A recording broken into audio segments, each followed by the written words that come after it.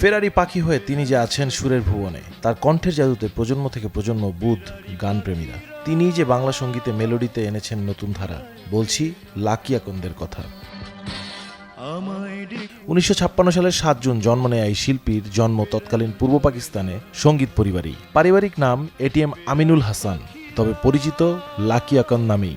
নাম পরিবর্তনের ধারাটাও এই শিল্পীর দেশের স্বার্থে, কারণ 1971 যে ছিলেন কণ্ঠযোদ্ধা।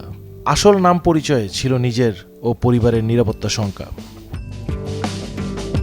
5 বছর বয়সেই সুরের চর্চা শুরু করা এই শিল্পী দেশের স্বাধীনতার পর উপহার দিয়ে গেছেন আমায় রেকোনা, আবার এলো যে সন্ধ্যা, এই নীলমণিহার, আগে যদি জানিতাম এর মতো অসংখ্য কালজয়ী গান। সুর ও সঙ্গীত আয়োজনে করেছেন বাংলা গানকে সমৃদ্ধ।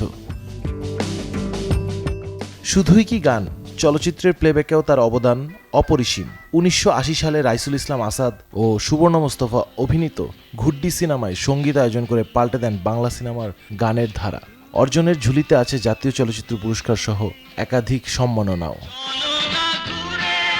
দীর্ঘদিন ধরেই এই শিল্পী ভুগেছেন ফুসফুস ক্যান্সারে। কঠিন সে অসুখেই 2017 সালের 21 এপ্রিল সবাইকে কাঁদিয়ে চলে যান না ফেরার দেশে।